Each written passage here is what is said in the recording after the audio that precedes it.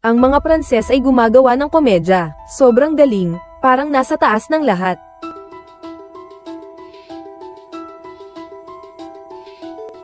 Siya ang pinakatamad na pulis sa pulisya. Ganyang kalapad ang kahoy. Hindi pa makatawid si Away. Habang tumatakas ang sospek, galit na galit siya at pinapapak ang paa. Anak ng isang way. Buti na lang may tambakan ng basura sa ilalim. Hindi naman seryoso si, pero natakot ng husto ang daga, at nagalit, kinagat siya. Kung Amerikano si, siguro isang mouse hero ang mabubuo, pero sayang, Pranses siya. Plano kong magpa-check up sa ospital pagkatapos ng trabaho, pero inabisuhan ng pulis na mag-overtime. Matagal na silang nagbantay ng 3 taon at ngayon may balita na, magkakaroon ng drug deal ang malaking drug lord ngayong gabi sa Pantalan. Malakas ang presensya ng pulis dito. Siyempre, si Away na duwag ay hindi pinayagang pumasok sa loob. Inilagay siya sa labas para linisin ang mga hindi dapat nandito. Hindi nagtagal, dumating nga ang drug lord. Pinag-utusan ng leader na magbantay lahat, huwag magpadalos-dalos. Hintayin na magtuloy-tuloy ang transaksyon, saka isugod lahat. Pero si Away, kakakuha lang ng tawag, tinanggal ang headset, di niya narinig. Nakita niyang may nagdala ng bag, kaya nilapitan niya. Nakita niya na natakot ang mga pulis at drug lord ng harapan. Pero hindi niya inasahan. Sobrang magiliw si Away sa paalala. Kumusta? Dito tayo nahuli ng mga drug pusher. Magpalit ka ng daan, para hindi ka maaksidente. Medyo nalilito ang mga drug lord. Hindi ba't hinuli nila ako? Naghahanda ng tumakbo.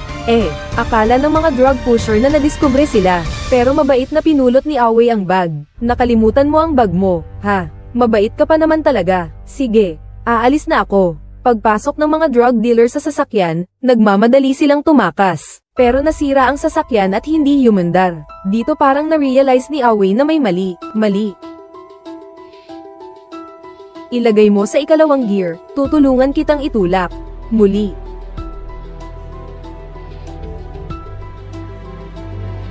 Magmaneho ka na.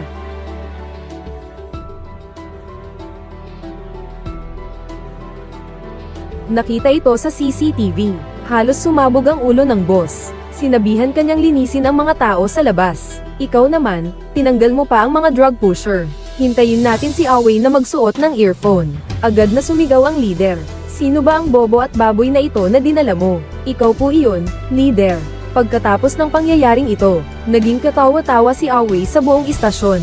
Ginawa siyang biro sa mga video ng mga katrabaho. Sinigawan siya ng leader na isa siyang basura. Noong araw, ang tatay mo ay isang kilalang tao sa istasyon. Paano ka naging ganitong inutil? Nagsisisi rin si Away. Tiniyak niyang mahuhuli niya ang drug lord. Magbabayad siya sa pagkakamali. Pero hindi na nagtitiwala ang mga leader kay Away. Tinanggal si Away sa pwesto. Ipinasa ang pag-aresto sa drug lord sa partner ni Away, si Xiaomei. Hindi nagtagal, nahanap nila ang tirahan ng drug lord. Kumatok si Xiaomei pero walang sumagot. Handa na ang mga kasamahan na pumasok kahit pumutok ang pinto. Pero hindi naman talaga walang sumagot, kundi ang lola ng drug lord ang nag-iisa sa bahay. Medyo mabagal lang siya kumilos.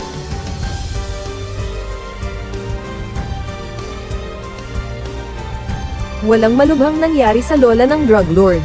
At mukhang malakas pa siya. Grabe, kung ako ang tamaan, sigurado akong mamamatay agad.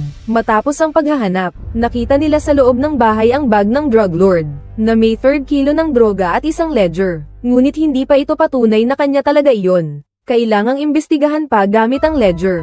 Habang nangongolekta ng ebidensya ang pulis, naalala ni Away na kinagat siya ng daga ilang araw na ang nakalipas. Kaya pumunta siya sa ospital para magpa-check up ng buong katawan. Sinabi ng doktor sa kanya, na nahawaan ka ng leptospirosis. Kanina pa sana ayos ka pa, pero nang magsalita kami, naantala na. Ngayon, pinakamataas na buhay mo, ay 30 araw na lang.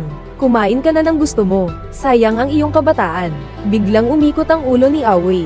Nang makarealize siya, naalala niya ang 30 taong kahinaan niya. Sa huling 30 araw na ito, kailangan niyang maging matatag. Pag-uwi niya, kailangan niyang paalisin ang ex-girlfriend na nanirahan doon ng 1 taon. Matapos ang breakup, sinakop ng ex niya ang kanyang kama ng 1 taon, at nilalaro pa ang ibang lalaki sa harap niya. Dati mahina si Away at takot magsalita, pero ngayon matapang na siya. Hindi lang niya pinalayas ang ex niya. Pumunta pa siya sa baba para hanapin ang mga tulisan na madalas siyang inaapi. para patunayan na mas matapang siya kaysa sa kanila. Kaya nagtakbuhan sila na nakapiring ang mga mata. Sino ang unang huminto? Basura siya. Hindi pa sila kalayuan, natakot na ang mga tulisan.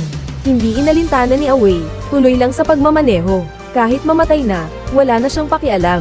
Pero maswerte siya, nakatawid siya sa trapiko. Kung hindi lang siya nabangga sa isang salamin, siguro nakalabas na siya ng bansa. Napatitig ang mga gangsters sa kanya, at agad siyang kinilala nilang boss. Pagkatapos, hinanap ni Away ang drug lord at nagsabi, "Nasa istasyon ng pulis ang iyong ledger. Iyan ang ebidensya ng iyong krimen. Naniniwala akong malapit nang may aresto sa'yo, pero matutulungan kitang makuha ang ledger ng lihim. Bayad ay 100,000 euro, at kailangang bayaran muna bago gawin. Nang ahas kang mangikil sa akin." Nako, tinutukan mo ako ng baril. May lakas ng loob na magpaputok ng baril. Nagulat ang drug lord, ang talino ng batang ito. Nakakatuwang kalmado siya, pero hindi siya talaga matapang na magpaputok. Una, pulis ang kalaban niya. Pangalawa, kung papatayin niya, mawawala na ang libro ng talaan. Matapos timbangin ang mga panganib, napilitan ang drug lord na sumuko. Binigyan niya si Away ng 100,000 euro para nakawin ang libro ng talaan. Ngunit sino ang mag-aakala na nang makuha ni Away ang pera? Agad siyang lumipad papuntang Amerika, at nangupahan ng isang sports car. Kasabay na kumuha ng 4 na babae para mag-party. Ilang araw pagkatapos, hindi gumana si Away kahit may pera na, kaya nagalit ang drug lord. "Kung aakalain mong aakuin mo ako, yung huling taong gusto akong patayin ay pinatay ko na. Ang taong iyon ay ang tatay mo." Dito lang nalaman ni Away, ang pulis na ama na kanyang hinahangaan mula pagkabata, ay pinatay pala ng isang drug lord. Agad niyang pinasya na gamitin ang natitirang panahon para mag-higanti. Bumalik si Away sa France, at naghanda na kusang mag-apply para hawakan ang kaso ng drug lord. Ngunit pagdating sa istasyon ng pulis, nakita niyang may isang suspect na inaresto, at nang hold up ng mga hostage. Nakita ni Away na nakatalikod ang holdupper sa kanya, kaya agad siyang tumakbo. Nabigla ang holdupper at napaatras. Pinayuhan si Away na bitawan ang baril, o papatayin siya. Pero tiningnan ni Away ang kisame. Sa isang iglap, naisip niya ang isang ideya. "Ikaw ba ay tanga? Ganito ang paraan para mapatay ang hostage at walang makapagsumbong sa holdupper." Lahat sila ay unang beses palang makakita, pero mabuti na lang at walang masyadong nasaktan ang bihag, at naaresto rin ang mga holdupper ng maayos. Ngayon, tinitingala na ng mga kasamahan sa pulisya si Away. Naitigil na ang dati nilang pagtawa. Tunay na nagpapasalamat sila sa kanyang talino, dahil din sa mahusay niyang ipinakita. Banilinan siya ng leader na magpatuloy sa investigasyon sa mga drug lord. Nakita nila sa ledger, na may transaksyon ng droga ang drug lord at ang clown ng Circo. Nang matagpuan nila ang clown, nasa pagbebenta siya ng droga sa iba. Nagkunwaring bibili ng droga si Jinmao, kasamahan ni Away. Ngunit aksidenteng naipakita ang baril. Binigyan siya ng clown ng isang bata, tapos dali-dali siyang tumakbo. Hinahabol ni Away mula sa likod, halos mahuli na niya. Sa isang kanto, gumawa ang Joker ng nakakagulat na eksena.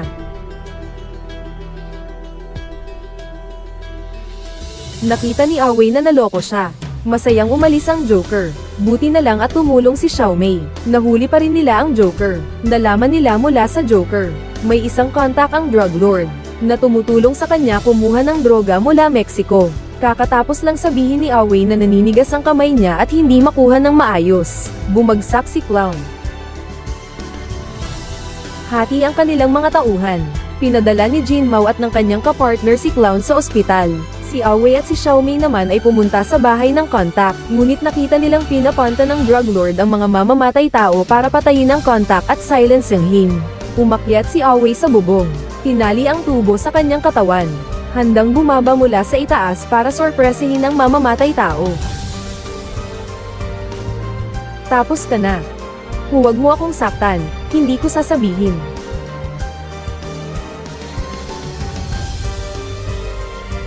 "Salamat, nagtagumpay ako. Ang gwapo." Ang pulis na bumagsak mula sa itaas ay natakot ang mamamatay tao kaya sumuko agad. "Hindi tatagal ang pagiging gwapo. Nagtagumpay ako." 7 pintuan. Kumusta? Sino ang boss?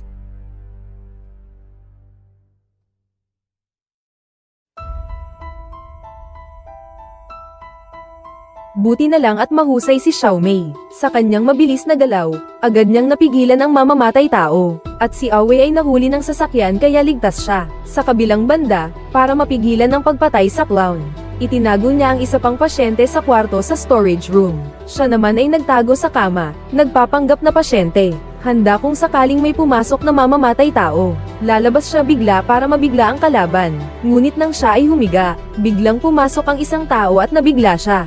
At sakto namang oras para sa pasyenteng iyon na sumailalim sa operasyon. Ipinasok ang Golden Retriever sa operating room. Nang lumabas siya, hindi pa rin alam ng kasama niya ang ginawa ng doktor. Ngumiti lang ang doktor nang may kahulugan. Huwag mag-alala, matagumpay ang operasyon. Nang magising si Golden Retriever, nakita niya ang drug lord na nagkunwaring doktor. Talagang pumunta para patayin ang Joker at takpan ang usapan. Nagtitiis ng sakit, sumugod siya papasok, itinaas ang mga kamay. Wow, ang laki. Wow, ang laki. Wow, ang laki. Nalaman na ang Golden Retriever ay sumailalim sa breast augmentation. Nakaagaw ng pagkakataon ng drug lord at tumakas. Hinabol sila hanggang sa garahe. Nahuli ng mga tauhan ng drug lord. Magaling ba kayo sa paggamit ng baril? Kahit walang baril, kaya ng kapatid ko kayong patayin. Ang kanyang pinakamalaking hilig ay makipaglaban. Hindi ako nananakit ng babae. Pinagbuklod at ikinulong ang dalawa sa bodega. Narinig nilang pinag-uusapan ng mga drug dealer sa labas na papatayin sila para itahimik. Desidido silang huwag lang maghintay na lang sa kapalaran. May isang lighter sa harap, gamitin lang ito para sunugin ang tali at makaligtas. Nagkaisa silang nagtutulungan na umusad papunta doon.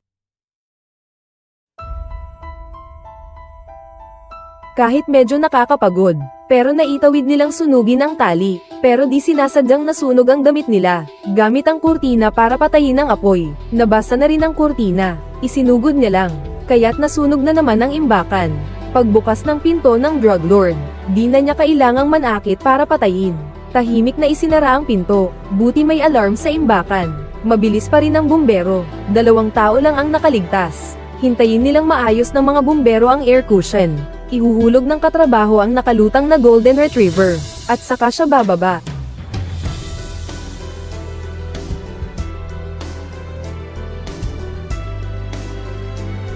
Samantala, mula sa mga nakapanayam, nakakuha si Awei ng impormasyon. May isang supplier mula Mexico ngayon.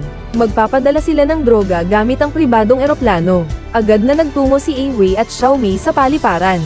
Tunay ngang may eroplano na nagbababa ng kargamento. Sinabi ni Awei kay Xiaomei na mag-isip siya kung paano susunod.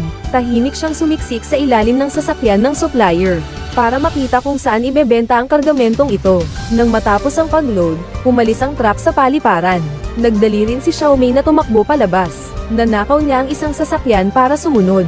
Nakabitin si Awei sa ilalim ng sasakyan. Sa simula, naisip kong masaya ito, pero agad dumating ang problema.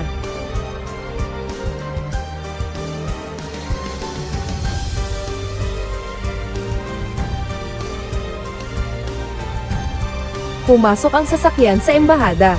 Lumabas na ginagamit pala ng mga drug dealer ang embahada bilang takip sa bentahan ng droga. Nang matapos mag-unload ang mga drug dealer, kina Awei ay lumabas na mula sa ilalim ng sasakyan. Hindi inakala ni munting durugin na makakasakay siya sa isang libreng sakay sa buhay niya. Ninakaw ni Awei ang bantay sa labas, sa pintuan para salubungin si Xiaomei. Mabilis si Xiaomei, direktang tumalon sa bakod. Galing, di ba? Pero bukas pa ang pinto. Aabutin kita. Huwag kang matakot.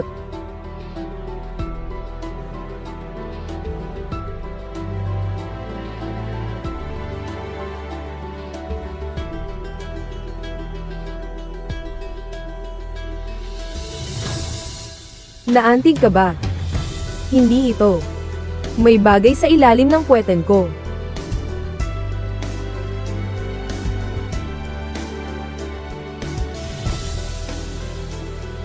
Buhay pa pala siya.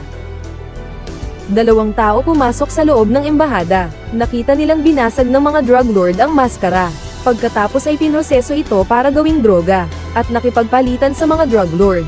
Di nagtagal, nakatanggap si Jin Mao ng balita at dumating din siya upang magkaisa. Medyo espesyal ang embahada. Hindi rin basta-basta makakilos ang pulis. Sakto namang may event sa embahada. 4 na tao ang nagkunwaring artista para makapasok. Si Awei ay nakasuot ng boxing gloves. At naitulak sa ring, sobrang tindi ng tinanggap niyang suntok. Sa wakas, nakalabas siyang buhay. Tumawag ang drug lord. Lola, nasa akin ang lola mo. Sa loob ng 2 oras, huwag mong agawin ang talaan ng account sa akin. Alam mo ba kung ano ang ibig sabihin ng hindi pagpapanatili ng dangal sa huli? Sa huli, hindi naging dakila si Awei upang isakripisyo ang pamilya para sa katarungan. Ngayon, nakasara na ang pinto ng pulisya. Kaya't napilitan siyang pumunta sa kabilang building ng pulisya. Sa pamamagitan ng paglalakad sa wire, nakapasok siya sa tuktok ng gusali ng pulisya. Pero nakasara na rin ang pinto ng silid ng mga talaan. Nagtanggal siya ng butas sa salamin. Ipinasok niya ang kamay para buksan ang pinto. Halos maputol ang kamay niya. Naipit pa ang kamay niya. Teka. Sa huli, dinala ni Awei ang buong salamin. At nakuha ang ledger. At ibinigay ito sa drug lord. Naipasa na ang ebidensya. Makakalusot ba ang mga kriminal? Syempre hindi. Bilang isang makatarungang pulis, may iniwang plano si Awei. Kinuha niya ang kanyang telepono. Handang i-record ang sinabi ng drug lord bilang ebidensya. Sa tulong ng droga mula sa Mexican. Ako ang magiging pinakamalaking drug lord dito. Ngayon, wala nang ebidensya. Nasiyahan ka na ba? Panalo ka. Ito ang espesyal na alak ngayon. Piniling craft beer. Nakita mo ba ang menu? Hindi ako gutom. Sabi mo sana agad. Sayang na sayang ang nararamdaman ko. Awei, Hindi mo naitago ng maayos ang cellphone mo. Galit na galit ang drug lord. Inilabas niya ang baril at pinatay si Awei. Dumating ang mga kasamahan ni Awei sa oras na iyon. Nagsimula ang laban sa baril sa pagitan nila. Nagmamadaling tinitingnan ni Mei ang sugat ni Awei. Pero sabi ni Awei, ayos lang. Nalagyan ng badge ng tatay ko ang pulis para protektahan ako. Hinawakan ni Xiao Mei ang badge at tiningnan. Walang bala. Nabaril ako. Malapit na akong mamatay, Stephanie. Pakiusap, alagaan mo ng mabuti si lola ko, si Stephanie. Ang bala ay dumaan lang sa gilid. Buti na lang at dumaan lang ang bala sa baywang. Muli, nakaligtas si Awei. Ngayon, natalo ang mga drug lord sa mga pulis. Dinukot nila ang lola ni Awei para pilitin ang pulis na sumuko. Itinaas ni Awei ang mga kamay at tumingin pataas. Muling naisip ng matalinong ulo niya ang isang plano. Siya ang lola mo, dahil wala ng bihag. Matagumpay na naaresto ang drug lord. Sa huli, nakatanggap si Awei ng tawag mula sa doktor. Oo, tipikal na kwento. Na-misdiagnose si Awei. Yung diagnosis na 30 araw lang ang buhay ay para sa ibang pasyente. Pero yun lang ang maling diagnosis na ito. Naging ganap na isang matapang na tao si Awei na dati ay duwag. At naging isang bayani na kilala sa buong pulisya. Lalo na sa kanyang taktika na pumatay ng hostage. Na walang makakapantay sa mga holdapper. Kinuha ng mga kasamahan niya ang inspirasyon. Ikaw ba ay tanga?